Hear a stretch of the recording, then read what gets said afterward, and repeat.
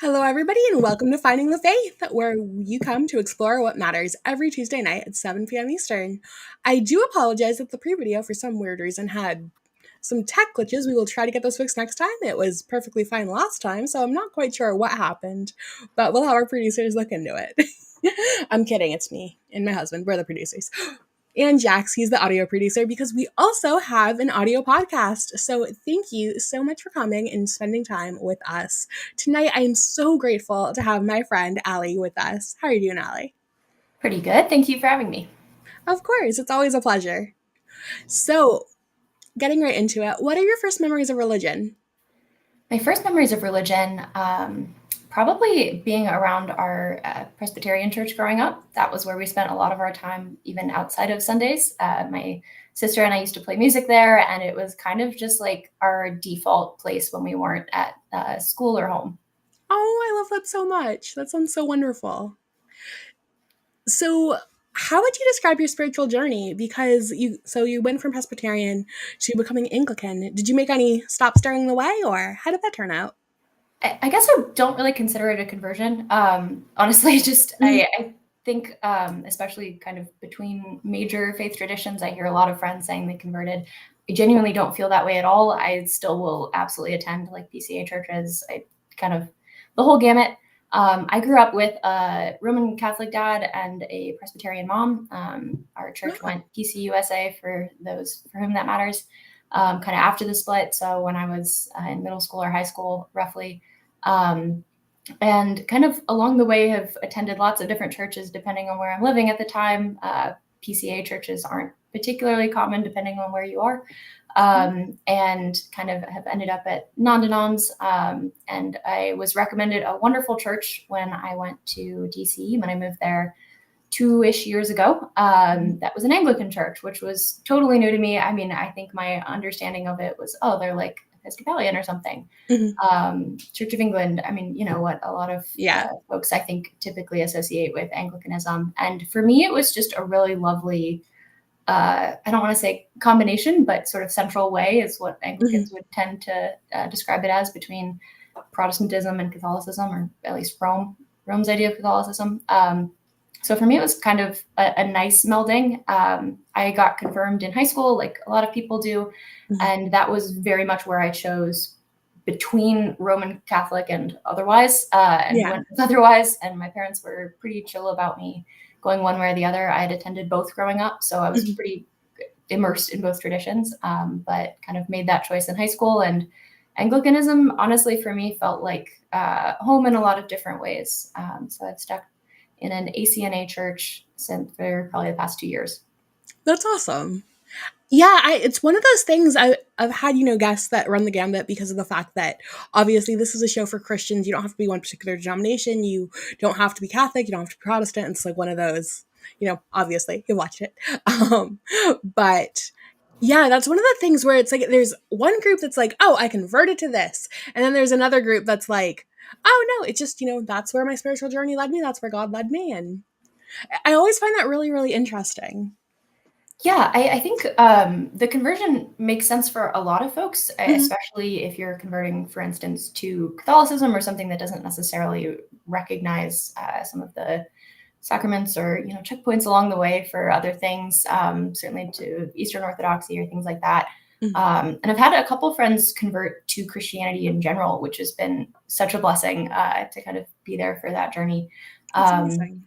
but I don't know. I mean, personally, like my family is from Minnesota. They're a lot of Norwegians, so they were Lutherans when they were in Minnesota, and by the time they got to Buffalo, there weren't a ton of Lutheran churches, so they were Presbyterian because it was kind of the closest thing. Okay, that makes So, sense. if anything, it's like this apostolic succession of my own Yeah, family and just what's the closest ish thing to Lutheranism you can get. Um, that and makes a lot for of sense because right now my husband and I have been trying to find we're kind of waiting until Pride Month to be like, okay, so that it was his idea and he's brilliant. That's part of why I married him. But he'll go, okay, so these churches over here all have pride flags, and that's not, what we're looking for. So let's try to find the ones that don't have pride flags, and then let's like take the data and like wind it down. And we've been trying to find an Anglican church, and that's where the meme that y'all might have either seen on Instagram or on Twitter. Either way, I'm at She's Based Babe. Um, kind of came into the picture because I was like, okay, no, I'm not looking for Episcopalian. I'm looking for Anglican. Well, it's interesting because I mean, Anglican, there's kind of like Catholicism, and I know a lot of people don't like this. A lot of people claim the term Catholic. A lot of people claim the term Anglican, and so it can refer both to the Church of England, and it can refer to people who are more what you would think of as Episcopalians, and it can also refer to kind of other what those people might refer to as offshoots, which is kind of the church I attend, Anglican Church of North America. It's kind of become a class of churches, and I'm sure anyone who's like super into theology or church politics is probably losing their minds with me right now. But the long and the short of it is that just as you might say, Anglicans will say I'm an English Catholic, they might refer to Orthodox as Eastern Catholics. There are different types of Anglicans as well. And so I think if you're specifically like searching for a church that is, it checks off, like arrives at some of the same conclusions that you have, kind of finding the right strain is really, really crucial, because Anglican can mean a lot of different things to a lot of different people. And putting that in the Google search bar is going to be a lot less precise than kind of, I think, like just figuring out what specific, I don't even want to say denomination, but kind of you want within that. That makes a lot of sense because I'll be honest, I was on Google last night. I was like, okay, like let's try to find this because my friend has been sharing with us. She's also an Anglican. Sarah, she's been on the show before. You guys might remember her. She is also an Anglican, and she's been like sharing with us the video live stream from her church. But we're like, okay, we're looking for a community, like in person. So it's definitely been one of those things. I would also like to say hi to some of our friends in the chat tonight. Hey, Evie. Hey, other Kyle. We mean this with love. It's not, But Kyle, my husband, was the original Kyle. Hey, Brendan. It's so good to see all of you. Thank you for coming in. Make sure if you are watching this, either live or after the fact, that you hit that like button and the subscribe button so you can keep coming back to explore what matters. So anyways, jumping back into the conversation, what are some of the challenges or doubts that you faced in your faith journey, and how have you navigated through them? I think growing up in, especially with our Presbyterian church, and this is just happened to be the church that I went to, it was very, very service-based, and was not really focused on, I think, like learning and internalizing the theology very much. And so it kind of brought me to a place, at least towards the end of high school, where I viewed faith as like, this is a nice to have because of the things that it gives us. I like the fact that it gives me a community, and that's all well and good. But it doesn't really matter beyond that, or like whether or not Noah's Ark is real doesn't matter, or like, the minutia of the Bible don't really matter to me. It's kind of where I was entering college. And then I went to a Presbyterian college for undergrad, and it was kind of the same way, especially kind of being surrounded by something. It's like you forget that, like fish forget this is water. You don't really think about it. And so it wasn't until I moved to Germany for a while, and I lived in Western Germany, which was slightly, I guess, closer to what I grew up with. And then I moved to Berlin, and living in Berlin was very quick immersion into secular culture, super, super quickly. Which I think was super challenging at first, because I started going, hey, whoa, I thought we were all on the same page here. But I had really grown up in a super religious bubble by comparison. And certainly in college, I mean, this was after my sophomore year of college. I kind of dropped out for a little while, moved there. So it was complete night and day between understanding that everyone has grown up with the same values and really taking them for granted. And I was working in Berlin, and I was doing a lot of like refugee resettlement work at the time. So I was with basically either atheist Germans or Muslim refugees from various countries. Wow. And I think kind of those arguments and going, wait, we don't all believe this, highlighted for me the fact that I had just taken a lot of it for granted. That's amazing. What was it like living in Germany? Like, and it sounds like working with those, like, I want more. Yeah, it was really cool. Actually, one of the moments that I think clicked the most for Mhm. me, very sweet guy that I'd worked with. I was teaching German at the time, so I was one of my students actually. That's so Um, cool. yeah, he had invited me over for he said Shabbat, and it Mhm. was really difficult because he doesn't speak English. He's Yeah. speaking to me in German, but I'm teaching him German, so I know his German's not that good. And I'm Mhm. looking at this guy who's from Syria, and I'm like, you can't mean Shabbat. Maybe I've just like Googled the country wrong, but like, I don't think you're Yeah. Jewish. You And so I know. show up at this apartment, uh, and I'm just knocking on the door. It does not have his last name on the door. I'm like, all right, this is super weird. Yeah. And these Orthodox Jews open the door. And I was like, hi, I think I'm totally at the wrong place. Mhm. And they go, no, you're here for Shabbat. I was like, I am, but I don't know. And they said, oh, he like stepped out. He didn't know that you were actually coming. Like that had all gotten lost in translation. And so I end up just going to Shabbat with these Orthodox Jews. He ends up showing up halfway through. So we've got like a Muslim, Christian, atheist, Jewish Shabbat. Like we're covering all our bases. That's incredible.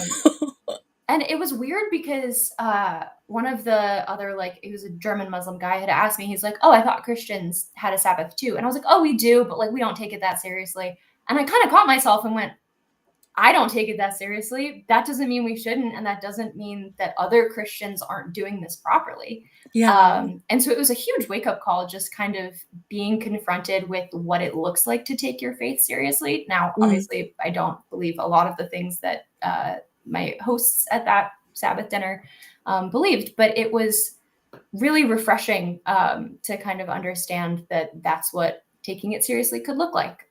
Even just as far as Absolutely. dinner. I don't know, inviting people to your Sabbath table, I think is really, really beautiful and something I hope to emulate from those friends.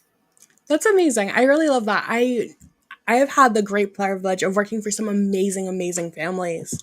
And one of them, they were actually a couple of them, but one of them in particular was Jewish. And the way that they structured my schedule, the way that they structured their schedule as like really powerful, like high powered, like people with like high powered jobs who are like Yeah. entrepreneurs who like ran like a cybersecurity firm and like all of this stuff.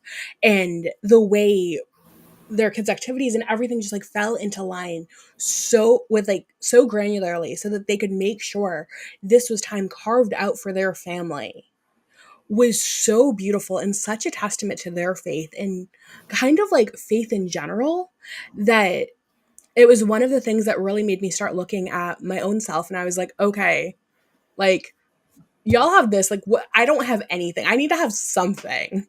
And so that's kind of a little bit when my brain started to be like, okay, what's going on here.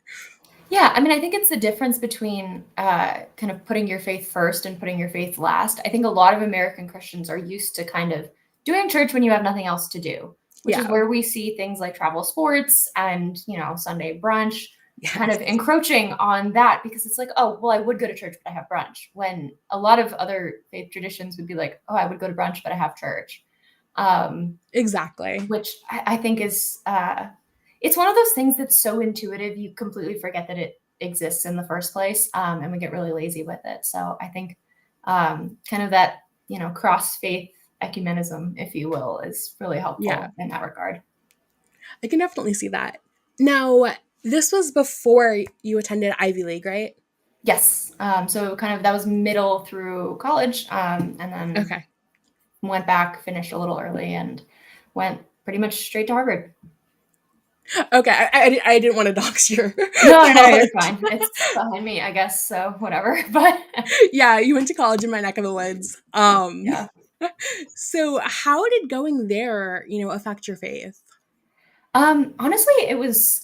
I wouldn't say that most of the school is particularly religious, Mhm. but kind of in contrast to going to a Christian college, and it wasn't like a Hillsdale type undergrad. I mean, it Mhm. was like nominally Christian, I suppose. So very few people I knew went to church. Mhm. I did infrequently, kind of, you know, here and there. Yeah. Not nearly as much as I should have, because again, like we're all surrounded by Presbyterians, who cares? But I think at Harvard it was really interesting. One, because I had a lot of friends convert to Christianity, or several friends Mhm. could convert to Christianity in general, who had like never known Christ before, which is just whoa. I mean, I didn't Yeah. realize that you could grow up that way at all. And it was really beautiful just kind of seeing what it looks like to go from 0 to 100. And two, because the campus in general was, I won't say like hostile to faith. I didn't find it that way at all. But like certainly lacking it in general, it felt like Mhm. another Berlin, honestly, where I can see that. you ended up with like these like really great pockets of folks. We had kind of our like Christian fellowship Bible study that was really tight knit. Mhm. I ended up kind of with a core group of friends who, a lot of whom were like really rad trad Catholics, who were awesome and, you know, getting in Yeah. those debates after a couple. And then I had my kind of small group from church, and I went to like a very, I don't want to say smells and bells, but like the modern smells and bells of, you know, Yeah. fog machines and guitars, kind of like non-denom type church, Mhm. which people hate on because I think it's like what people think of as like Protestantism gone wrong. But Yeah. genuinely, I think when that's well catered to, especially a city like Boston with tons of students, is Yes. freaking awesome. I mean, where else, genuinely nowhere else, could I have gone Mhm. to church and immediately gotten plugged into a group of like 20 girls all doing the same thing on Saturday night, like all kind of staying more on the straight and narrow, Mhm. all my age. I mean, I think that they get a lot of hate because it's easy for meme accounts to dunk on if you want to like go full rad Yeah. trad and like whatever. Twitter's gonna Twitter. But it It was such is. a blessing. And it had, I think, fantastic teaching on most things. It was not kind of fluffy theology by any means. It was wonderful and it was truly catered to students. So I don't know. I think faith in grad school was a wonderful time for me. I won't say politics in grad school was necessarily the same way. That was pretty tough. Yeah. Oh, for Um, sure. but I think where there's isolation, you find community. And I think Christians are very, very good at that. It's something where people's Christian faith kind of thrives in exile in certain ways. Not to, Yeah. you know, sound No, but that's too totally whiny about it, true. but like really, It's totally true. And I think like when you find like because there's some things that you can have in common that are like, oh, okay, cool, like, good for us. And then there's other things that you can have in common that aren't like, you know, necessarily like typical, and that just immediately bonds you because you understand that you have those same values, you have like similar shared experiences, and a similar kind of goal, yeah. and that is really really helpful when it comes to forging friendships. No, absolutely. I mean, I found it a lot easier to quickly become friends with a lot of the people that I knew that I had shared faith with, mostly because you kind of already have a language in common for talking about the deeper stuff. You'd have to do a lot less feeling out of, okay, what are these person's values and like, what are the landmines I might step on? I mean, you already have a script for how to relate to that person. And it's like, how Mhm. can I pray for you? I mean, getting to small group. And I thought this was huge. Kind of coming from like the grad school, you know, the duck problem, everyone seems fine on the surface and everyone is absolutely losing it underneath the surface. Yeah. uh, like I had never been in that sort of academic environment before, for sure. And then going to small group and like really starting things off with, all right, what went wrong in your week this week? What went Mhm. well? And like, how's your faith going? But like, also, Yeah. how can we all pray for you? I think was just such a cultural difference. And I noticed that even with people who weren't at that church, that it was just so much easier to kind of like immediately take the mask off and go, all right, like we're fighting the same battle. What are your demons kind of thing? Yeah, I can definitely see that. Is there anything that you would appreciate our audience praying for you? Because I know that we have so many prayer warriors both in the chat and in our Discord. None, I guess, live stream worthy, but general prayer is always lovely. Yes, for sure. And y'all know that I had an important meeting today, so thank you so much for praying for that. Um, so, are there any other religious kind of topics that you want to touch on, or do you want to get into the red pill talk now? Kind of up to you. I mean, if you feel things are wrapped up, I'm happy to move on. Okay. So, what is the red pill movement? Do we have a working definition? As Jamie brought up on Twitter, they're kind of a group to have that no true Scotsman problem. And it's like, okay, is this? Yeah, and I think first off, one of the things that they will constantly say is this is not a movement, which I think is generally true. I mean, I kind of use that terminology because I think if the shoe fits, like it's fine. Yes, for sure. But I think they will say we're not a movement to kind of avoid responsibility for where things are going. I will say they're not a movement because I don't think they have a goal necessarily. But I would consider Red Pill. They consider themselves to be an understanding of how humans operate. The praxeology is what they refer to it as, which was popularized by this guy Rollo Tomasi, who has blocked me basically since my first day on Twitter, which I consider a badge of honor at this point. Wait, isn't that just to pause real quick because I read it and I've been like talking about it a bit. That's the one that Andrea Mew had. Yeah, she had interviewed him, right? I think she had interviewed him and she was on a podcast with him at one point. She said he's a lot nicer in person than he is online. So I think like many people, it's kind of more of an act. Yeah. But I mean, so it gets the views up. He was also like beefing with Pearl a couple of days ago, which was wild. I was like, friendly fire, but I was like 80% overlapping talking points. Yes.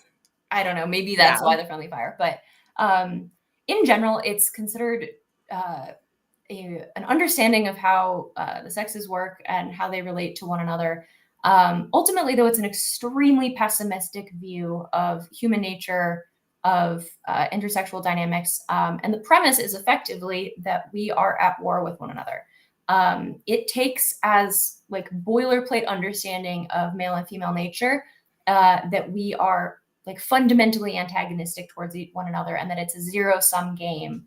Kind of the game of like romance and gender relations in general, which is fascinating because I think it is one of the only understandings of male and female nature that doesn't see them as complementary, but sees them as like there can only be one. Yes, exactly. That absolutely is something that totally stands out about them. Now, what is there anything that specifically first drew you to explore all of this? Because I love your Twitter. Anyone who knows me, like IRL knows that I'm like low-key obsessed with your Twitter, not in a creepy way, I promise, because we're friends. But you always have like the best takes. Y'all need to go follow her at Cloughfellow if you don't already, because amazing, chef's kiss. You probably see me like retweeting always in your replies. But is there anything specifically that brought you to kind of like talking about this more? So it's kind of been something that I feel like I don't want to say like followed since the beginning, but certainly in like more high school, early college, I was on Reddit a lot, and the incel thing was a thing back then. And I wouldn't say that I really got like re-exposed to much of it until I started writing for EV Magazine and like being on Twitter. I made the Twitter account initially to promote my writing, which is I don't think it really worked particularly well for that. It's kind of taken off. It's kind of taken on a life of its own, honestly, in the past like 3 or 4 months. Yeah, you've even been mentioned on Brett Cooper at least once, which is so nice. She's the sweetest. But yeah, I mean, I think I ended up kind of noticing it more and more because I love relationship topics and I love talking about love. And kind of just that sphere of things. And it was like this weird thing where you're talking at a party and like this guy comes out of the corner and is like, I lost something once. And you're like, all right. That was weird. Whatever, we'll keep talking. And then he just keeps going. Like, love is impossible. Everyone gets divorced. And you're like, can you calm down for like 2 seconds? I'm like picturing that meme in my head right now. Yeah, it is that. It's like that's what Red Pill is. It's like no one else can be happy because I'm unhappy. But I think I also started noticing it. I have a lot of dude friends. I love my dude friends. Yes. They're wonderful. Amen. Occasionally, what you'll notice with dude friends is they are also online. Yes. And that we are often on different parts of the internet. And what I started realizing is that they would kind of, and like guy friends from like separate friend groups where I'm going, okay, you didn't hear this from him, would come up with the same sort of talking points about like women are into hypergamy and like they're just trying to, F their way up the chain. And I remember going, wait, so-and-so said the exact same thing last week. And you guys don't talk. Like you guys must be listening to the same voices. And then lo and behold, I get on Twitter tweeting about, hair loss and random EV articles and egg donation and random things. And these guys start popping up. Not my friends, although some of them are some of the Anons that I talk with on Twitter, which is funny, which is why I'm so nice to all of them because I never know which ones are which. Makes sense. But like the talking points started kind of rearing their ugly head again and going, I lost something once. And I started realizing, oh my goodness, like this is kind of an undercurrent for a lot of the dudes around. I know that a lot of people will say like, oh, red pill is just kind of this niche community. It's honestly not. I think I've heard from friends who teach high school, friends who teach middle school, that this is something that's becoming very, very prominent with even their teenage boys. And I think especially before they have a chance to even have positive experiences with women, they're being kind of, talked down to in their own way from people who've had negative experiences and really, really scared out of ever having positive ones. Yeah, it's really, really sad. And so it wasn't intentional, but kind of stumbled. That's really interesting. Also, super random question, but question from the chat. Only if you're comfortable, because I know better than to ask this. But are you 11 teen? And if not, do you feel comfortable sharing roughly your age with the chat? Oh, 11 teen. Oh, my age. Yeah, I'm 27. Okay. I have been called. I've been told that I look like I'm a freaking teenager, which is also funny because I don't think I do at all. At least maybe the ring light isn't showing some of the lines. And then I constantly get people who are like, you're middle-aged, which is half trolls, but I genuinely get like well-intentioned, nice people who think that like I'm middle-aged or like you're an empty nester, you don't know what you're talking about. And I had to tell somebody, they were like, when was the last time you set foot on a college campus? I was like, 2 years ago, bro. Like when I graduated. So I don't know. I don't say this as like to be self-disparaging or anything. I think I just have like a funky looking face from certain angles. And that's totally fine. But I'm 27 years old, which I maintain is the most normal age until next year. And then 28 will be the most normal age. Makes sense. I can see that. The boys are like, oh, okay, I remember being 11 teen. I remember being 11 teen. Yeah, 11 teen.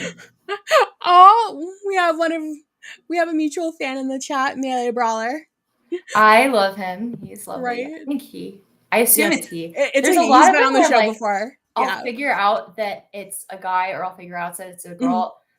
There's one that has kind of like a flower emoji and said something about like, oh, my wife and kids. I'm like, you're a dude. Yeah. Fascinating. But Melee Brawler, that's male coded, so I guess we're good. But shout out, you rock. Yeah. He's awesome. He's such a sweetheart. Very much so. Yes. Okay, before his, head gets so big that his little red cap doesn't fit. But yeah. So, and honestly, like I feel like there's a specific type of face that's like very like supermodel coded almost, where it's like it's gorgeous, but it's also unique in its own like handcrafted by God kind of way. I think, the lady who used to run America's Next Top Model, I think she called it Ugly Pretty or Pretty Ugly. I think Ugly Pretty, where she's like, most people, like other women would probably find you ugly, but like it's distinctive. So I'll claim that. Sure. I feel Ugly Pretty. But yeah, because I think you're young, obviously, because we're roughly the same age. But also whenever like I don't know someone who I've never met IRL who I've agreed with that much, and then you just drop your latest take, and I'm like, what? I appreciate it. With the exception of like waffles and pancakes. Yeah, the food ones, I kind of felt like culling people at that point. I'm like, I'm gonna see who actually likes me because I know I have horrible taste in food. But I stick by it. I'm loyal. Exactly, and that's an important quality. In chat, hold on. Oh, okay. Sorry, boys being boys. So can you kind of explain what the red pill what the red pill like dyspora ideology kind of vibes kind of advocate for? I know there's not like a specific like goal, but what kind of the consensus is there? Kind of the idea is like you get yours. It's primarily aimed at men. Although I think there are women who could probably get sucked into it. I think they're probably Yeah. less likely to, frankly.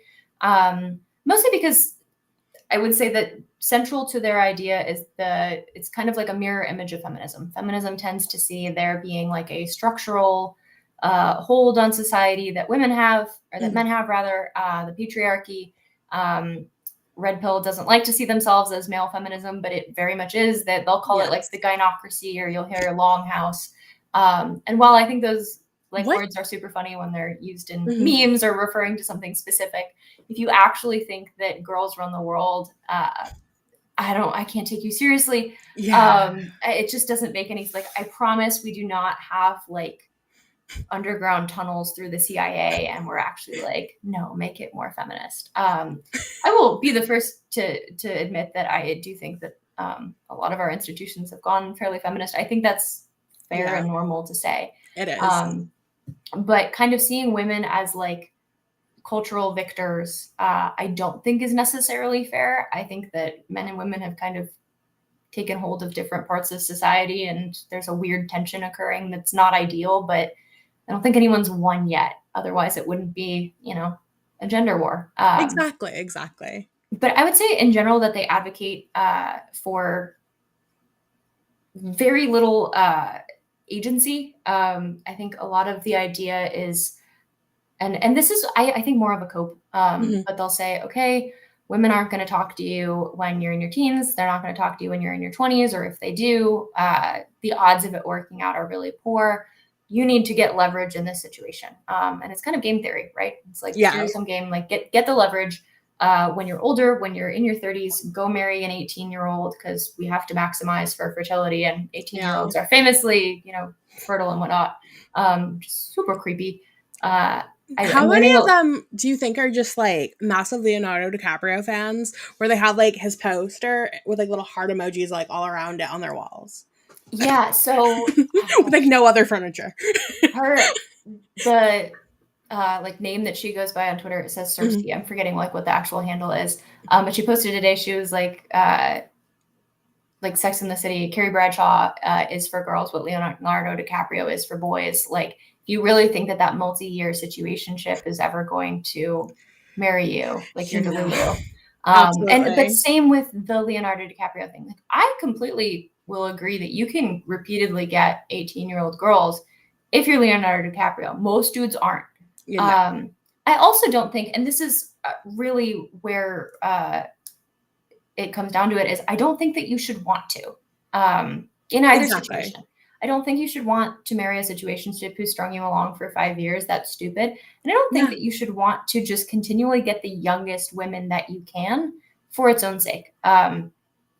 I've seen plenty of guys say on Twitter that they've, dated a lot younger, and you just don't have much to talk about. Ultimately, I think that the idea is to have the most stable marriages possible.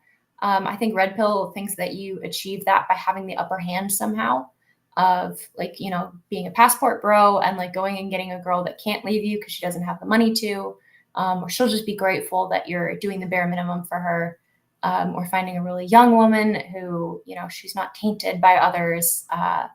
Like she's never slept with anyone else, so she can't possibly, ever have Which known someone else. is like, it's such a cope, because like outside of like the virginity aspect of things, Sure.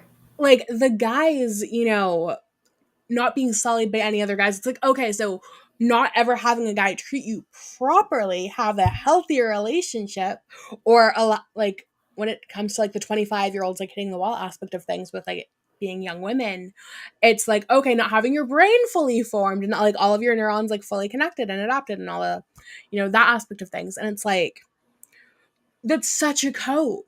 Like, don't you want somebody who, to a degree, has like maybe had a couple of relationships or whatever, and then been like, no, you know what?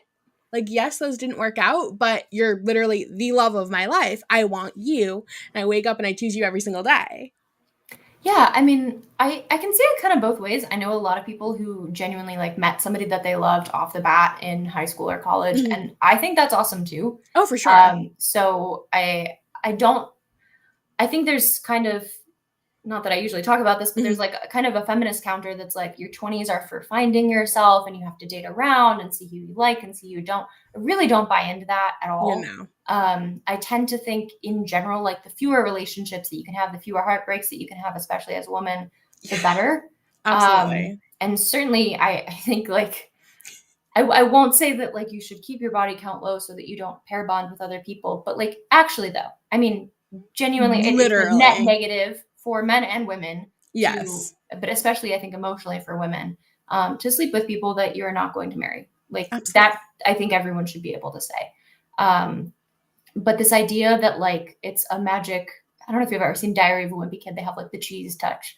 I've heard of that a lot because I like was, you know, a nanny and everything. Yeah, but I don't entirely know what that means. There's like, it's just a stupid, like what, 9 years old on the playground, and there's like a moldy piece of cheese, and they touch the cheese touch, or they touch the cheese, and like so and so has the cheese touch until he gives it away. No one wants to touch it. It's like cooties, basically. Okay.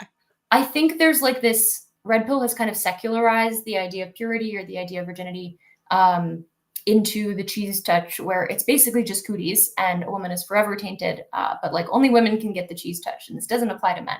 And I think kind of like how Rory Gilmore has to buy her next a sweater. I think so. I've never actually seen Gilmore Girls, so I'm sorry. We're talking past each other reference-wise. Sorry. But no, I mean, I think that the idea of like this cooties thing, they'll try and base it in science, and they'll say, well, like there's pair bonding. First of all, I have not seen any good arguments for saying that pair bonding occurs in humans, or if it does, that it only occurs in women. That's not what the word pair means. Yeah. But I mean, even if it did, that happens to men too. And we'll see a lot of citing of the fact that, you know, higher numbers of sexual partners before marriage has a net negative effect on your marriage, and the stability of it, the likelihood of divorce, etc., which I think is, again, accurate and fair. What they tend to crop out of the graph is the fact that it also occurs for men too. Like they are basically parallel lines, as far as like number of partners. So I think if we're going to be on the purity train, I am here for it. I am here for telling everyone to be abstinent. What I'm not here for telling people, and I think this kind of gets into the religious idea of purity culture, which is why I'm saying that they're secularizing it, is the fact that like there is zero redemption from the cheese touch. There is zero redemption from like hitting 25, hitting 30, whatever number they have on their minds that day. Zero redemption from no longer being a virgin. If you're a woman, if you're a man, then it never mattered in the first place. And I think these ideas are equally as harmful when they're coming from religious sources. I mean, I think that abstinence is awesome. I think that chastity is certainly a virtue. But where I think a lot of churches went wrong with like the purity rings and things like that is you had a lot of girls thinking that, well, once you've lost your virginity, or once you've like lost that ring, or the Nick Jonas ring, or whatever everyone had, like you're irredeemable and you might as well like be for the streets anyway. Which I think is a really damaging idea within a church community. Absolutely.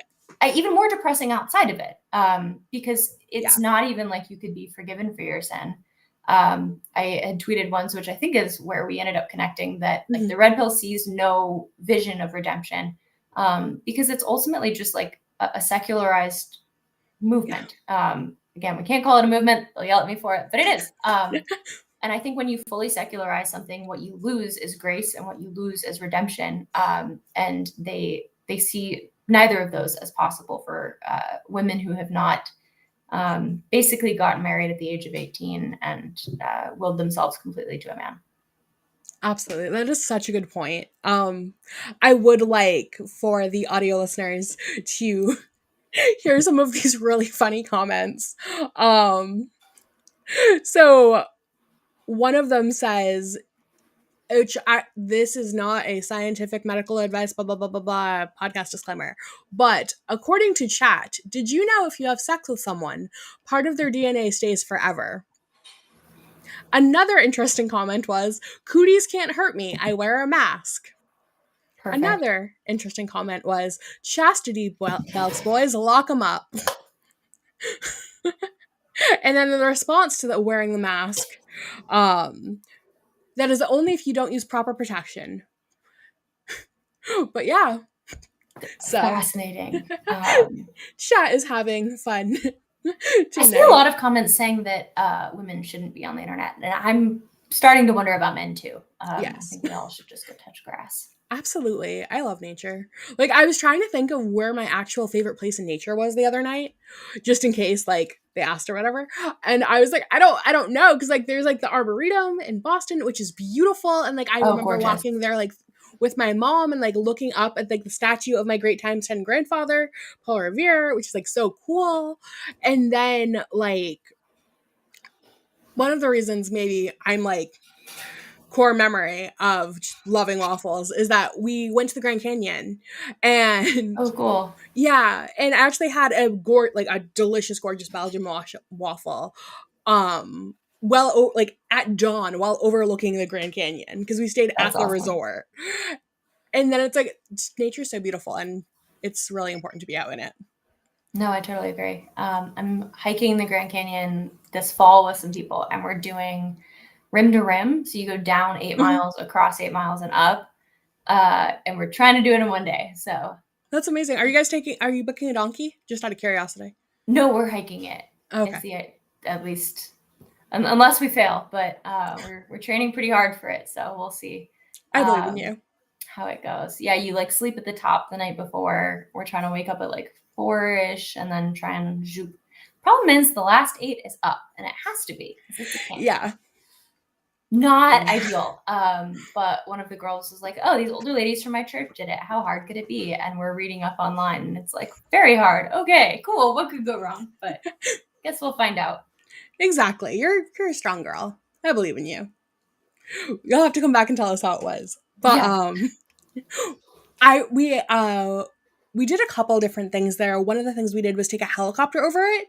Oh wow. And I remember both of my guardians like faces going absolutely sheet white. Like I mean obviously we're white, but like Yeah, yeah. whiter than white.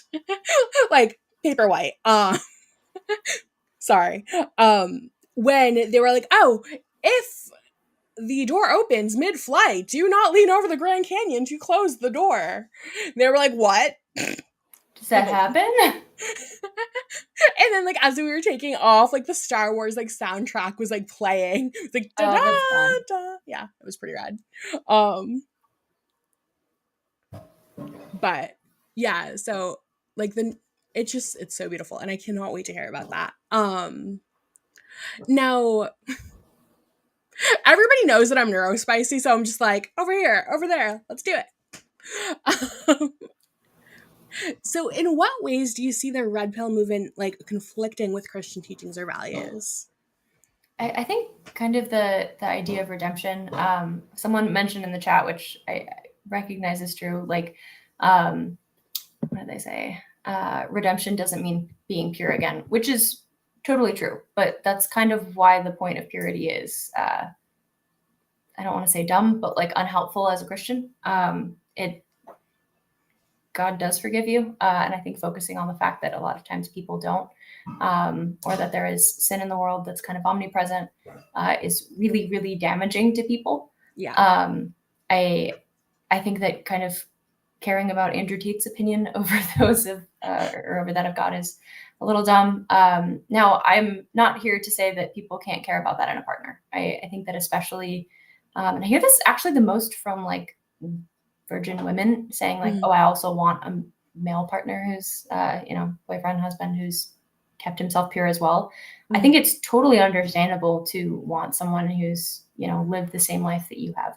And I don't fault anyone for that. What I fault people for is either A, kind of expecting a level of virtue in a partner that they don't have themselves. I think that's Absolutely. hypocritical and unforgiving. And I find that pretty in conflict with Christian teaching. Totally understand having Yeah. preferences, but especially this kind of idea that we're holding women accountable. And I hear this a lot is like women lack accountability. No one holds women accountable. And in a lot of ways, red pillars kind of see themselves as like this, oh gosh, Dexter, that show about the guy Mhm. that was like killing the serial killers because the cops wouldn't get them. They see Yeah. themselves as like Dexter for the girls that rejected them in high school. And maybe those women are now 30 and struggling to find someone to marry. Maybe they're not, who cares? Maybe they're like happily married, and these guys still want to attack them online. But they kind of see themselves as like this vigilante justice movement. And I think where that ends up really conflicting with the idea of like God's final justice, is that we're not really called to hold people accountable in those sorts of ways. We're called to, you know, impose justice where it makes sense, especially societally, if, you know, we're allowed to put people in jail, for instance.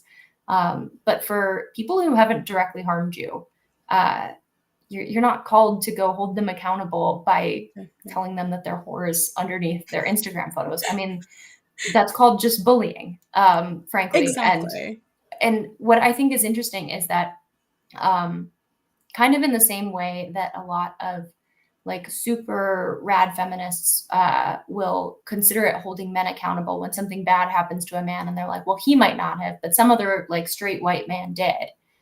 That's how a lot of these people feel about women as a monolith, is like, this pretty woman might not have rejected me, but she rejected someone like me, or someone like her rejected me in high school. I mean, God, I'm a straight white blonde chick. Do you know how many of us there are? There are so many. If I'm counting on the fact that none of us has ever rejected a guy online, I'm losing. Guaranteed. Exactly. It doesn't have to even be something that I've done. So I think that also, like, you're paying for the sins of people that you are completely unconnected to, is also quite incompatible. But ultimately, the idea that like it's up for humans to kind of not just be the ones implementing this accountability, but also judging it for themselves, against oftentimes extremely unchristian standards, like, for instance, the fact that women must be pure, but men don't have to be. That's so true. And as you were, talking about that, one of the things that kind of came up for me is that it's kind of one of those pay back to Caesar's what is Caesar's, give to God what is God's. But it's also kind of like the reverse of that too, where it's like, let the justice system take care of its job and let God take care of his job, because it's like honestly such a relief that that's not on us to do, because we're imperfect and we get things wrong. We do our best, but we get things wrong. And so that's why and also, like, I'm sorry, but if you don't have hobbies, if your hobby is going online and calling a woman a whore, if there's like a guy version of, like, if there's like a woman's version of that, which I know, there is, you wouldn't want to date her. You wouldn't care if she rejected you because you wouldn't want to date her in the first place. So it's just this absolute lack of accountability while holding others super, like, hyper accountable, that it just sounds exhausting. It really does. And I think it's, again, like, it's very fine not to want to date these women. You don't have to. No one has to date me. No one has to date you. No one has to date any of these guys calling us mean names online. Exactly. That's fine. Like, everybody's allowed to do that. What I don't understand, and what I think honestly ends up pushing a lot of women kind of away from Christian spaces, I won't necessarily say away from the church, because it depends on the church, but certainly away from Christian spaces and very much away from conservatism, is the fact that you have like a tightrope to walk. And if any man anywhere doesn't like how you've been walking it, you can get attacked. Or there's kind of no route to grace. One of the things where I think this comes up a lot is you see kind of former porn women, porn stars, I guess. You see like OnlyFans girls coming to Christ. And now I completely believe that there are some examples of that out there that use it for publicity and they are insincere conversions. I get that. At the same time, that's not for me to judge. It doesn't necessarily mean that we have to give every single one of them a huge platform to start off with. I don't necessarily even think that's wise, even for people who are not coming from an OnlyFans background. Immature believers should just probably listen for a little while, and that's okay. Absolutely. But this idea that you're judging them by a red pill standard rather than a Christian standard, and like, you will always be dirty, you will always be broken. Yeah, as far as like red pill Jesus goes, red pill Jesus doesn't forgive anybody. Red pill Jesus sees you as a porn star forever. Actual Jesus has called you to himself and has saved you and redeemed you. That doesn't mean that anyone else has to date you because you have done those things while here on earth, and that's okay. But I think that there's kind of this belief from a lot of the red pill that like women are yours to judge one way or the other, and that they may be from God, but they're not really a child of God's. They're kind of for your consumption, and that if you don't want to date them, it is worth disposing of them, at least rhetorically, as you wish. And I see this. There's a lovely account, Miss B converted, a woman who it was in porn forever, converted to Catholicism. Praise God. I Amen. have to like cringe every time I go through any of her comments because all of her replies are just filled with people. And I truly believe that the Holy Spirit must be doing wonderful things in her heart to even allow her to still be on Twitter. I could not in her position. No, she's so classy and so full of like God's spirit and grace in the way she, handles things. And she's always like, oh, this person is like making a big uproar saying all of this. Pray for them. Yep. And honestly, her testimony and like even just like the way she's currently walking right now and handling the situations has been so impactful for me. Yeah. And it's honestly, it's so beautiful because I mean, at times, like, I'm Irish, okay, and I know that's a cop out, but like patience and tact used to be things that I struggled with a little bit online. I'm like, no, I'm gonna tell you what's what, and this is the way it is. And then I came to Christ, and then, sanctification's a process, and then seeing the way she handles that, things that are so much worse than what people are saying to me. And being like, okay, if she can do this, I can handle things better.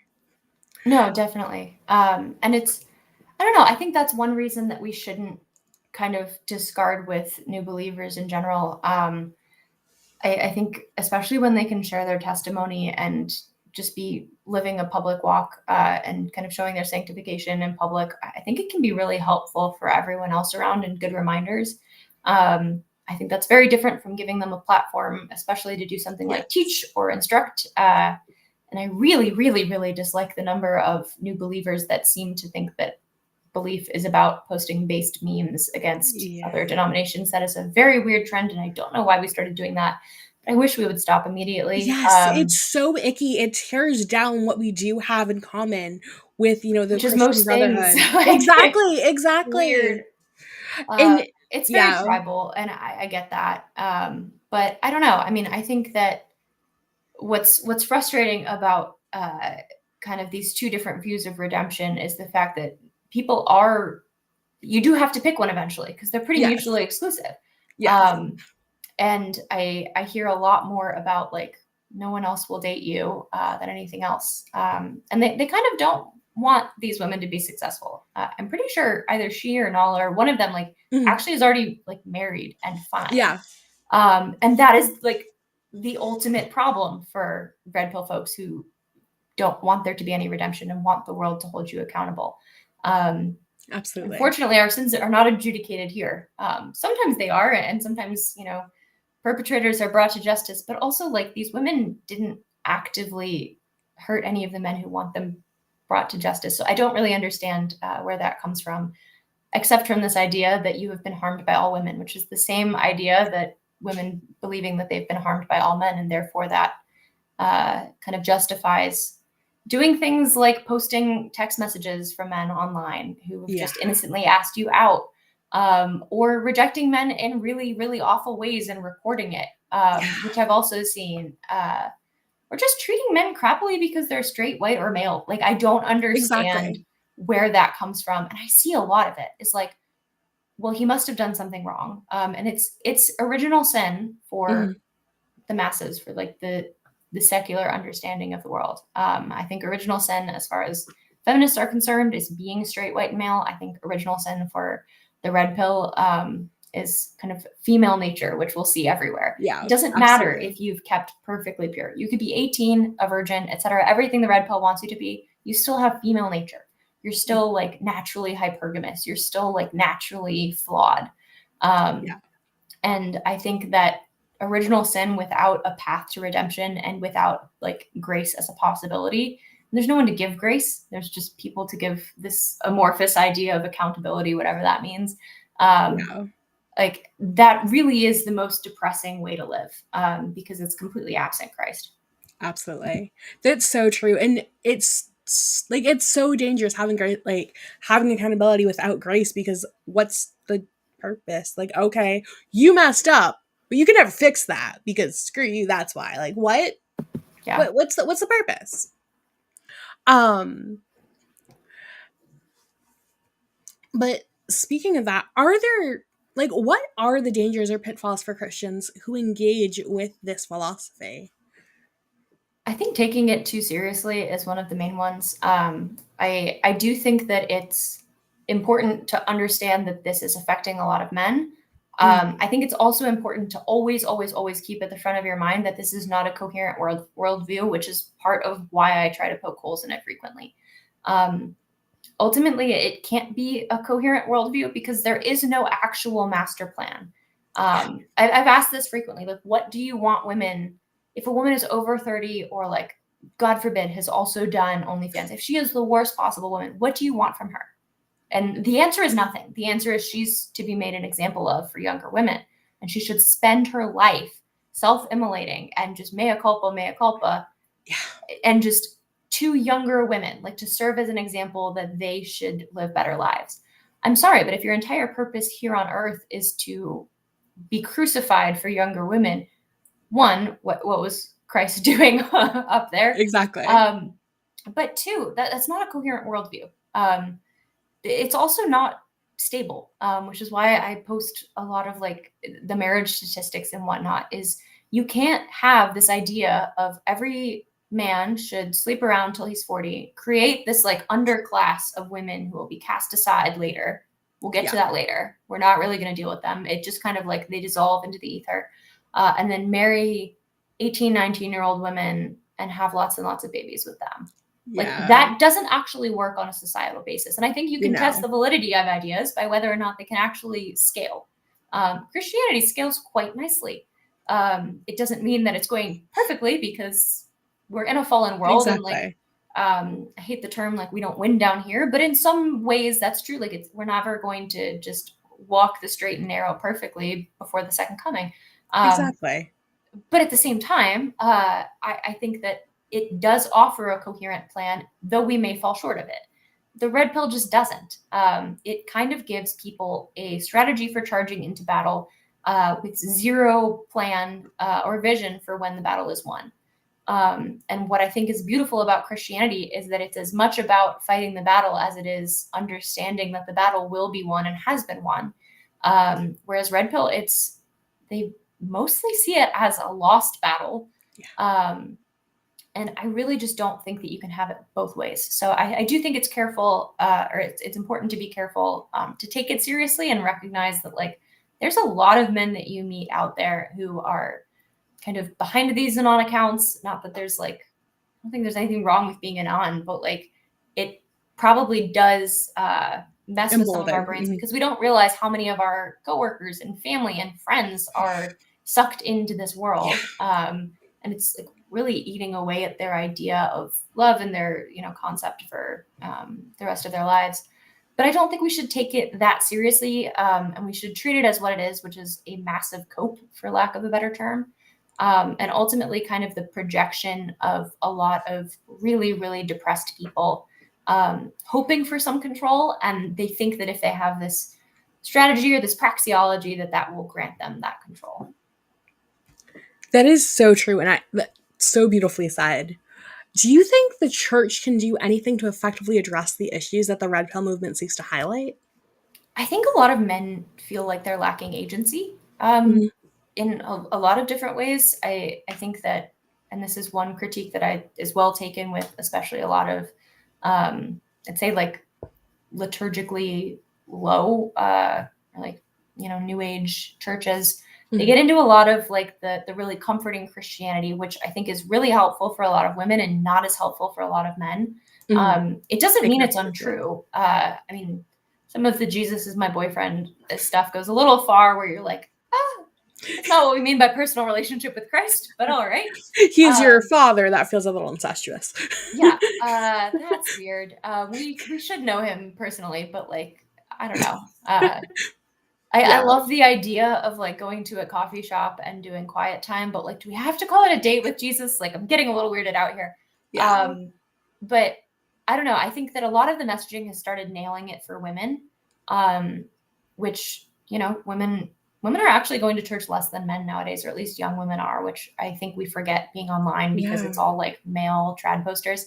But I think churches can be a little bit more, quite a bit more straightforward with like, okay, yes, God is sovereign, but Mhm. also here's what you're called to do, and here's where you can lead, and here's where you can take charge of your own life, and you do have agency to affect your surroundings. I think that, and this is not exclusive to Red Pill whatsoever, but I think a lot of young people are kind of overwhelmed by a lot of different messages Yeah. of just complete powerlessness. You get it with the climate anxiety stuff. Mhm. You get Absolutely. it with the red pill, you get it with feminism of like, there are structures completely beyond my control that are ruining my life and there's nothing I can do about it. And we hear that over and over and over. Um, and I think that the message of Christianity is a wonderful one for men, which is yes, sin is here, God has won, and also you're on God's side. So like you've been saved, and there's a lot that you can do down here and that you're called to do down here, other than sit and whine and lament the fact that sin exists. um, so I think that what that kind of looks like in practice often is giving men different types of leadership roles. Mhm. A lot of like layman's roles are fantastic, I think, for men feeling like they have a stake in the church. um, I think that like the old meme of, you know, church guys carrying around chairs, it's Yes. freaking awesome. Like I think Yes. that's what a lot of men like doing, is feeling like they have a stake in the church and they are Mhm. actually helping out. Um, I also think that churches probably should be doing a lot more for singles than they are. And I don't mean Mhm. like super cringy matchmaking things. I literally just mean places to meet people. It doesn't have to be a date night where you wear a stupid color wristband or something. If you want to do that, whatever. Young Catholic Professionals is an awesome group for this. I believe that there are offshoots of that sort of thing Mhm. all over the place. YCP, at least when I was in Boston, did this like freaking clockwork, uh, where it was just pretty chill, like low commitment events that you could go to. Even if you weren't sure if you wanted to meet somebody, it's fine. But they were just genuinely social events, Mhm. which I think is what a lot of young people are missing. You Yes. hear all of these stats coming from dating apps because everybody's on the dating apps because there's very few other places to meet people. And Like, I think we churches have a used huge role to play in that. absolutely, like, we used to grow up, with there being third places. There wasn't just home and school, there wasn't just home and work, there wasn't just home Yeah. and like there was a third place. And I think that that's what made some of the places my husband's worked at in the past really, really beautiful, because there was that community there, because it was very third place coded. But they're just very, very disappearing, especially after, the panini and everything. Yeah, yeah. Yeah. No, definitely. I don't know. At the same time, like that's kind of the way that I hear some people talk about the lack of Mhm. third places is similarly like this lack of agency kind of framing of Mhm. this is what they stole from you. And while I find that to be a hilarious meme when they're like, you know, throwing up an old photo of like McDonald's play places or something, like the Yes. secret to third places is just going to them. Like Yes, I just moved exactly. to Ohio. I know no one here. I didn't have any existing friends. I just started going places. I've met so many people in 2.5 weeks, some of which I've had follow up like coffees and ice creams and Mhm. whatever with. Like third places exist if you go to them. There are people going to them. I think a lot of times you have to embrace intergenerational community. Like Yes. not everyone is going to be exactly your age, have exactly your political affiliations, and that's great. They're not going to have the exact education level you have, for better or for worse. Mhm. That's also great. Yeah. But like, I think what people miss about third places is that other people don't do it for you. You can also just throw this together. If you have two friends and those friends each have two friends, boom, you got a whole lot of friends. Go do a picnic. Boom, third Exactly. place. Like, I think that this waiting for community to happen just isn't how people have ever operated. Yeah. And it's not going to fix anything. No. Um, like to wait Yeah. for other people to throw events for us. Exactly. If you want to be someone who has friends that throws tea parties, you have to go out and throw them first. Yeah. No, Yeah. definitely. And I mean that's a random example because I wanted to have a friend that threw tea parties, and she actually did, with like a full Jane Austen theme and a chocolate fountain, and marshmallows worked, but Amazing. bacon not so much. In case you were curious, I was like 10, so Worth a shot. yes, meet your wife at an actual location, not on a screen. Reject dating apps, embrace courting. No way to get catfish there. Yes, true. My husband No, knew that's it. also very true. Yes. I mean, meeting in person, like, it gets over a lot of the issues of dating apps. I mean, from the courting to the, oh my goodness, like, didn't realize their voice sounded this horrible in person. People talk a lot about pheromones. From what I understand, that's not actually a thing. Like, people don't have pheromone receptors. So, like, but I mean, your smell still matters to Mhm. people. I think a lot of what people are missing is just like, I sound so hippie, but like their vibes. I mean, you Yes, can meet somebody absolutely. and in like a minute, I mean, I used to be on the apps Mhm. a while ago, and it would be like I'd get to a date, and within a minute, we would both know this is going nowhere. We would both know, like, okay, we're just not each other's like vibe, Yeah, and you can't exactly. even put your finger on that. But when you meet No. in person, you warm up to each other a lot easier. There's so much less pressure if you're in just kind of a group at church or you're out on. I ran a lot of hiking groups in DC. Um, Hiking with somebody for 10 hours is a fantastic way to figure out whether or Yeah. not you like them without the awkwardness of like, oh, I went on a date with that person. No, you went on a hike with that person. And at the end, you can go, hey, can I get your number for something? And that's a much easier way to do it. I think hikes are a fantastic, very free way Yeah. to kind of get these groups together. I don't know. That's At what the I same tell my time, like, friends too, like all the time. yeah, They're like, "How do I like what do I?" I'm like, "Honestly, Kyle and I, he's my best friend, he's my person, he's my husband, he's my provider, my protector, my literally everything outside of God, because yeah, still like obviously." But like he's my everything, and we were best friends first. Like we met, there was absolutely some there. But we got to know each other as friends, and we really built that strong foundation. And because we had that strong foundation, anytime life happened, it was easier because we knew that we were partners that were waking up every day choosing each other and making life easier and better and serving each other. yeah. And so I tell my girls, if you want to get to know a guy better, be friends with him first, because it takes the pressure off. You can actually see what you're getting. And this goes for my guy friends who I would tell them, be friends first, because if there's somebody worth knowing, they're also somebody worth having as a friend. Yeah. Where I will say that I think guys and girls see this very differently is I Yes. think women genuinely often view it as like just chilling with somebody and actually being friends. I think a lot of guys are like, somebody explained male and female sexuality to me as like men see it as a 100-meter sprint, women see it as a jungle gym. And they were specifically, I think, referring to like physical things of like Mhm. men see a goal at the end, women don't necessarily.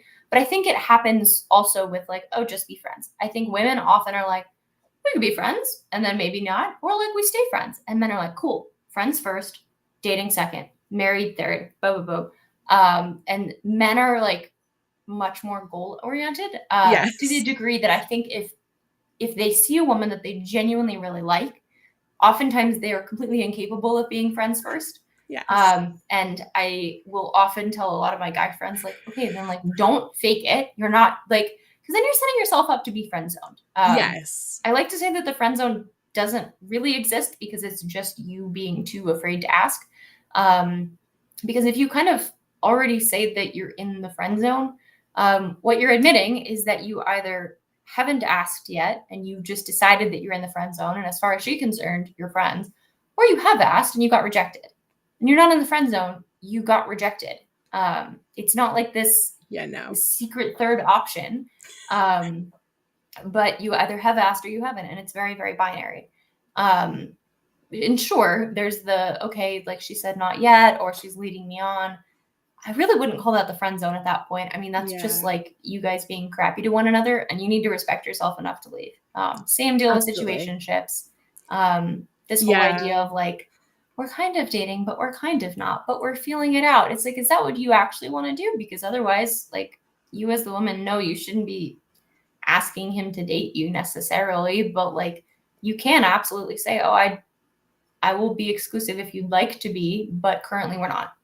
And we can be once you say we are, but my default is not that I'm, you know, exclusive to Yeah. someone who doesn't show me that. And it's so true But because I think that's where kind of Carrie went so wrong with Big. And just as, returning to the earlier example, because of the fact that when you have something along those lines, you'll still always have the awkward tension and the resentment that builds up from not knowing where you are and having that some type of firm footing with each other. And because of that, you'll end up treating each other in a less than ideal way, a less than ideal way that both of you deserve to be treated.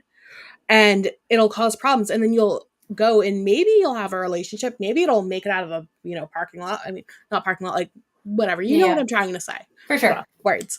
Um, like maybe it'll make it out of the gate. But okay, once you're there, how much further can you go if you are There's carrying no all of plan. this relationship baggage with you Yeah, because of what you did to each other? It'll still always be there. that's also true. Yeah, so I mean, I think like I definitely encourage people to just be friends with the opposite sex, especially if you're completely unsure about somebody. But I also think that like a lot of people would probably be well suited to like just give it a shot. Yeah. Um, you can also be friends later. I mean, I think the beauty of saving sex for marriage and like not letting it blow up dating into more than it needs to be, with people getting attached and it feeling very serious, or God forbid, worse consequences. Yeah. Lots of people getting diseases nowadays, which is Oh, yeah. terrifying. I think like if it's just a coffee chat, you can 100% stay friends. You can have a coffee chat and say, hey, I'd like to get to know you more. Um, I've done that with guys from church, and you go afterwards, all right, you're cool, and neither of us really likes each other, and it didn't feel like we couldn't still just go immediately back to being friends, because like no one built it up into a big thing. We had coffee. Yeah. Call it a date if you want. I would call it a date, I guess, but like it's not, nobody slept with one another, nobody, gave each other anything icky. I mean, Yeah. I think that there's a lot of, it's kind of seen as like stupid or childish, to be abstinent like that. But there's a huge level of maturity in having that control over yourself and your drive, Absolutely. and ultimately like your future with the other person. That's so true. And I have so much respect for my friends who, they're my age and it just hasn't worked out with somebody yet. Yeah. And because of that, they're virgins. Like, I have so much respect for that. Like, it takes a lot of self control. Like, I mean, I know I did it for decades, literally, before I met, my husband. And it's one of those things that it has a lot of self respect and it has a lot of peer group respect if you're in the right peer group. Yeah. No, definitely. Which is why I don't know. I really don't like seeing incel kind of thrown around as this dunk on people. But Yeah, ultimately, I mean, the in part of incel is that it is involuntary. And so I think there's like a very fundamental difference between someone who is like voluntarily celibate and saving themselves in some way, or at least abstaining, outside of marriage. There's a very, very big difference between that and someone who is inconvenienced by that. And they would if they could. yes, I don't know. absolutely. I think that we should, be, pro virginity, etc. But like this idea that you have won something, or that you are more virtuous just because you're incapable of doing something, has never made a whole lot of sense to me. Yeah, I can't make that math either, if I'm being 1000% honest. It's yeah. And I think what it kind of comes back to, right, is agency. Like, this is your life. You're making your own choices. You're making, you know, you're either making things happen or not Yeah, unfortunately, but you know what I mean? Like, either that, like, you're in the driver's seat of your own life or you're not. And that's kind of what it comes down to. And having that agency and knowing your boundaries, knowing your values is hugely crucial, both in maturing as a person and getting along with the opposite sex and managing the, dating game. Yeah. Now, this has been an absolutely phenomenal discussion. Thank you so much. I always enjoy spending time with you. I do know that we do have a couple Twitter questions and then we'll wrap things Okay. up. So let's get to those. Thank you. Also, if you guys have not yet, please remember to like and subscribe. We just had a great conversation. We gave you that. And all we're asking is for you to hit a little button. It's a little button. It's free. Come on, do it. Thank you. Love you. Now let's check in on the app formerly known as Twitter.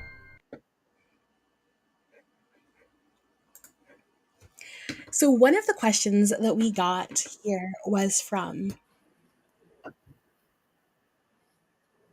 what is the best way to get away from the red pill, black pill ideology movement on relationships and life itself? Actually, I just realized I can share this. I mean, I didn't just realize that, I always knew that, but I should.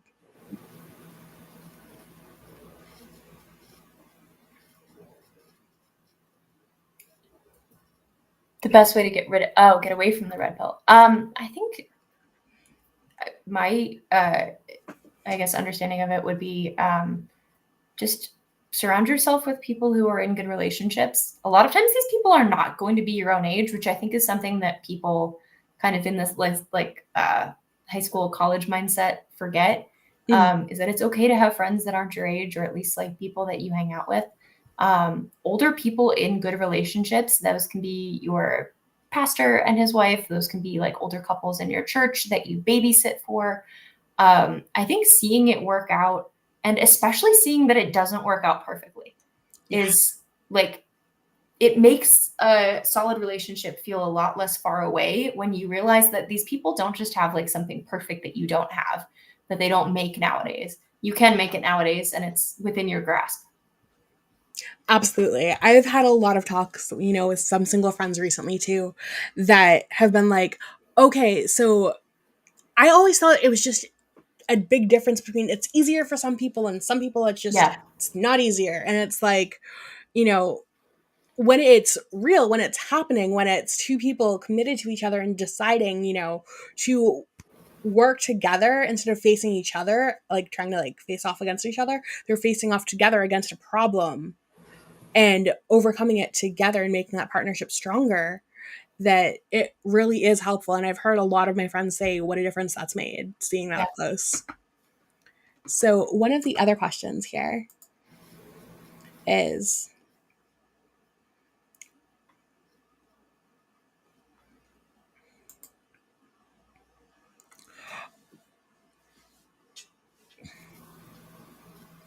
Current laws and court system is anti-men. Would you support efforts to change this so men's rights are better represented? I think it's a mixed bag. Like, it very much depends which laws we're talking about, yeah, frankly. I am not going to say that there aren't. I don't even think it's necessarily the laws a lot of the time. I think it kind of tends to be the people implementing them. I don't think that there's like, I think to get to the core of the question, I don't think that there's Mhm. like specific laws we can change and then we will have undone feminism.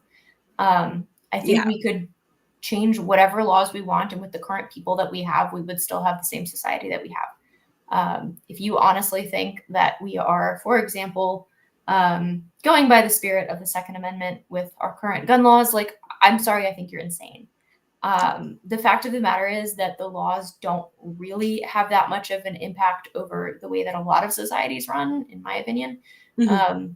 And that is certainly the case for things that are as social as the relations between sexes, which by and large are not really driven by the legal system. I don't think. I mean, maybe divorce, but I don't buy the idea that like women have a huge incentive to divorce. They have a Yeah, negative incentive to divorce because they tend to be exactly, worse off than men exactly. afterwards. Um, I don't know. I certainly think that there are things that we can and should fix with things like family court. But the idea that we're just gonna like go down a platform of like red pill laws to change, um, That, I don't know. yeah, I think that it's a little bit of a stretch. it doesn't like it. The way that like the laws are written and everything, there's not necessarily a clean cut way of doing that, especially when, you take into consideration, especially like in family court too, because I've known a lot of people who have unfortunately had to go through the family court system Mm. and know it on, both sides, being, friends either with mom or with the dad, or, however it works out. And it's not just the way the law works out, it's also the way the judge like Yeah, rules on things absolutely. and what evidence is presented. And there's so many moving parts, and a lot of them aren't just very black and white. I think a lot of There's people think it's yeah like an algorithm and you can just kind of like recalibrate it a little bit. It's not avoiding, or it's not like auto awarding X points to women or whatever. There's some states that are really good for men, really bad for women, and it's not usually the laws that are the X factor. I don't know. I grew up in New York State. I was in the family court system for over 20 years. And it was a total mixed bag based on which judge we got, even like through my childhood. But I don't know. I would guess I would say meh. Is the pro premarital kissing, hugging, cuddling? Yeah, I mean, prudence is key, but like, I don't know, man. I don't see anything in the Bible against kissing and hugging. yeah There's some legalistic bros, I'm sure, who are gonna like oblivion, so whatever.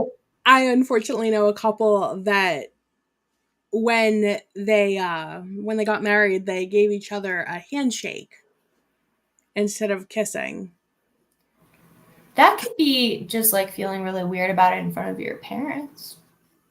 I don't know if I've ever kissed anyone in front of my parents. I think no, I definitely have not, and I think that will be a weird. I'll be like, all right, we're just gonna Yeah. sneak one behind the hands, but I don't know. Yeah. Another one of the questions too is kind of on that same topic. Are you single?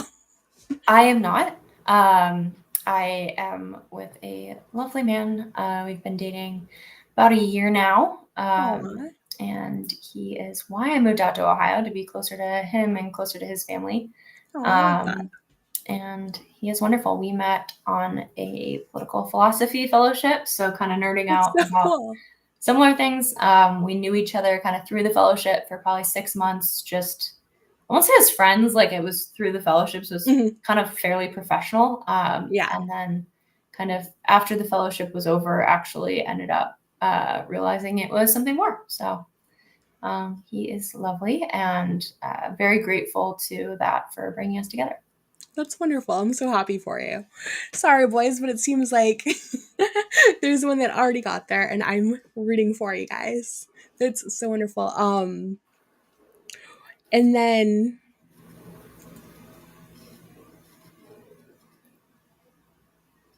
sorry, yeah, that's why I didn't write that one down. Not all of them are winners, but I do appreciate when people do submit them. So thank you guys so much for submitting your wonderful questions, some of your interesting questions, and for our girlies that we have in common who submitted some really great talking points about this specific topic. Is there anything that you'd like to leave our audience with? I think just in general, like, don't lose hope. Ultimately, I think if we're trying to put our hope in anything other than Christ, it is very flimsy. But that doesn't mean that we're not going to see the goodness of the Lord in the land of the living. And there's a lot of that to be had in our relationships, whether romantic, platonic, or otherwise. Um, another guys, stop it. Sorry, my husband's like, so when you get married, and the guys are like, so when you get married. We're And working on I'm it. Stay tuned, though. So. okay. Congratulations. I was like, I'm not. Yes, buddy bud. We got some donuts. It's donut time. It's treat time. Yay. And as y'all love, it is snack time. So, this is Jazz for those of you who don't know. And he does the quench.